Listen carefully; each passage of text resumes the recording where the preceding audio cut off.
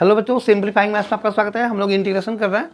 देखो ये थोड़ा ट्रिकी क्वेश्चन है क्योंकि इसमें जो रूल अप्लाई हो रहा है, ठीक है ना, वो पहले तुम समझो। यहाँ पे देखो फर्स्ट पार्ट पहले हम करते हैं। I is equal to e to the power 2 log x into x to the power -3 dx। अब ये e to the power log है, इसके बारे में पहले मतलब 1 मिनट में समझ लो। जो रूल होता है वो ये होता है, देखो e to the power log x, ठीक है ना। मैं यहाँ पे साइड में यहाँ पे मैं लिख देता हूँ rule e to the power log x equal to x, only x। देखो log में जो बाहर है वो सिर्फ कोफिशिएंट 1 है, log से पहले 2 नहीं है, 3 नहीं है। अगर होगा तो हम उसको पावर में लेके जाएंगे। तो ये e और जो log होता है, e is actually anti log, तो ये कट जाएगा तो कट जाएगा, तो ये x आ जाता है। अगर कहीं पे लिखा हुआ है e to the power 3 log x, तो ये this is not equal to 3x। ध्यान रखना, कहीं तुम सोचो कि e और log कट गया तो 3x, ऐसे नहीं होता।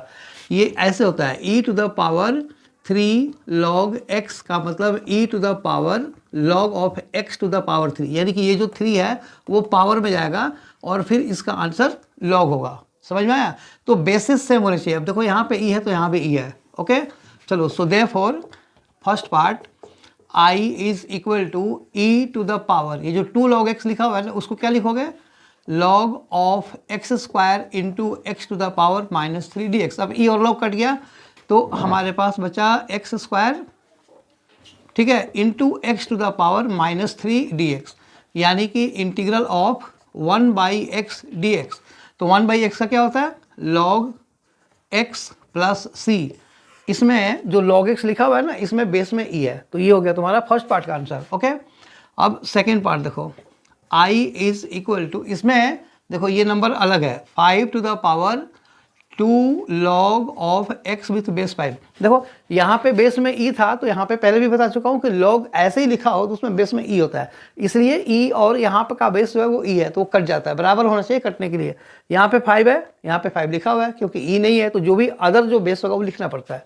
तो दिस dx अब क्या है, देखो 5 के पावर ये देखो 2 है, log का कोफिशिएंट 2 है ना, तो ये जब तक ये 2 रहेगा तुम कुछ नहीं कर पाओगे। तो 2 को हटाना है, 2 को हटा करके कहाँ पे जाएगा? x के पावर में जाएगा।